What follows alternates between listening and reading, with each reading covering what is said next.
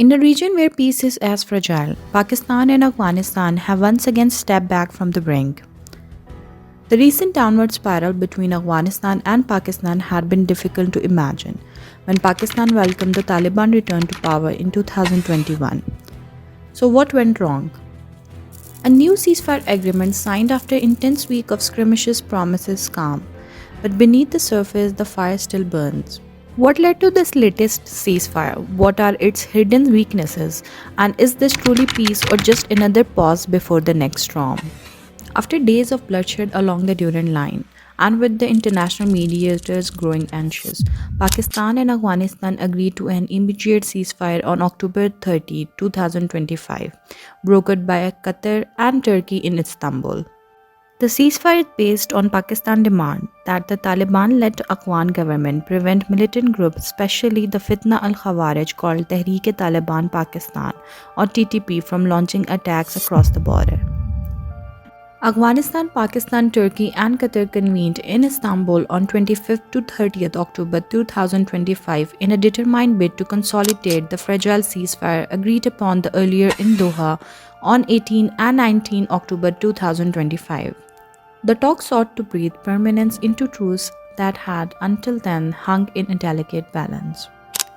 After 6 intense days of deliberation marked by moments of impasse where Defense Minister Khawaja Asif also warned the Taliban regime that Islamabad would strike deep into Afghanistan if Afghan soil was used to launch terror attacks on Pakistan. All 4 parties reaffirmed their commitment to the continuation of the ceasefire.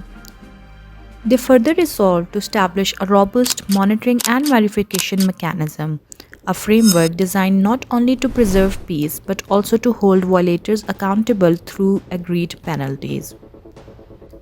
The final modalities of implementations are scheduled for detailed discussion at a principal level meeting in Istanbul on 6 November 2025, where the blueprint for sustained peace between Afghanistan and Pakistan will take clearer shape.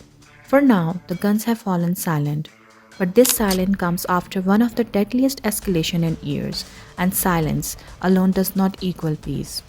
In early October, militants attacked Pakistani border post, triggering a fierce response from Pakistan's military. Islamabad claimed to have killed more than 200 militants and destroyed multiple training camps inside Afghan territory. Afghanistan countered, accusing Pakistan of violating its sovereignty through airstrikes and drone operations deep inside Afghan soil. How did Pakistan reach this point, facing its once allied Taliban across a hostile frontier?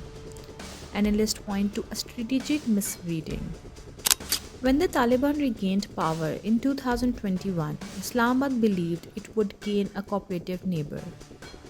Instead, the Taliban's priorities shifted. The assumption of influence had turned into a nightmare of mistrust.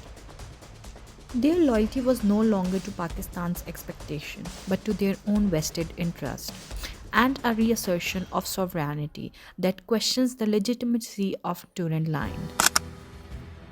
The Afghan Interior Minister still questions the international border, noting the Durand Line between Afghanistan and Pakistan was imposed by force, and we seek to claim our territories. As border tensions spiraled, the cost was heavy, dozens of soldiers martyred, and the trade route sealed.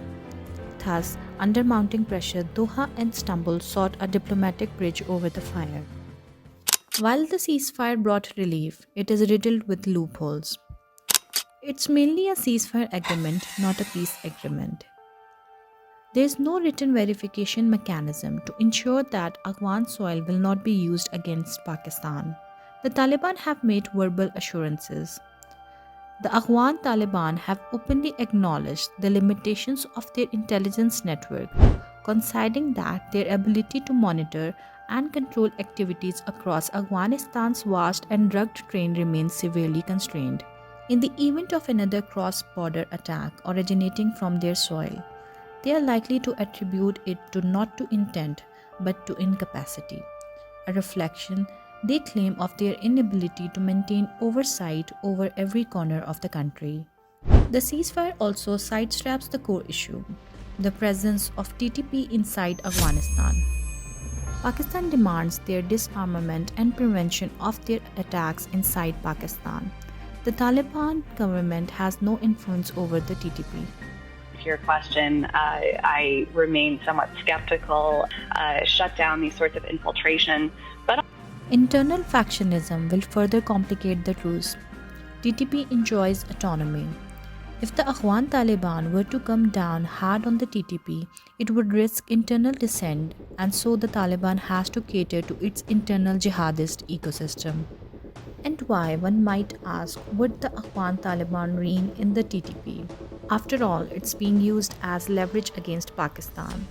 The romance between Afghanistan and India has been increasing through political gestures, intelligence cooperation, and economic overtures. The TTP becomes an even more valuable instrument in the Taliban's geopolitical toolkit. For Kabul, it is a means of leverage. For New Delhi, a convenient destabilizer for Pakistan's western frontier. Meanwhile, India is also taking advantage of the situation. But it is notable, right, that India is, I think, taking advantage of this moment of opening and warming relations with Pakistan or with Afghanistan to send a message to Pakistan. So, a peace built on shifting sand cannot stand long. Every ceasefire brings a flicker of hope. Trade could resume, trade may return to normal, border villages could sleep again. But the darker side of the truce looms large. If Afghanistan fails to curb cross-border militants, Pakistan's patience may run out, and the next response could be far more decisive. Defense Minister Khawaja Asif's warning was clear. Test our resolve at your own peril. This is not the language of peace. It is a warning of a nation tolerating betrayal. Regionally, the stakes are high. Instability on Pakistan's western border invites external interference, disrupts China's Belt and Road projects, and deepens insecurity in South Asia. For Pakistan's policymakers, the message is unambiguous. First, the era of relying on the Afghan Taliban is over. The Taliban are not trustworthy, they have their own calculus. Second, Pakistan must invest in a multi-layered western border policy and international diplomacy against the Afghan Taliban. Third, engagement must be conditional and reciprocal, not sentimental. The new frontier is the one of the realism, not nostalgia.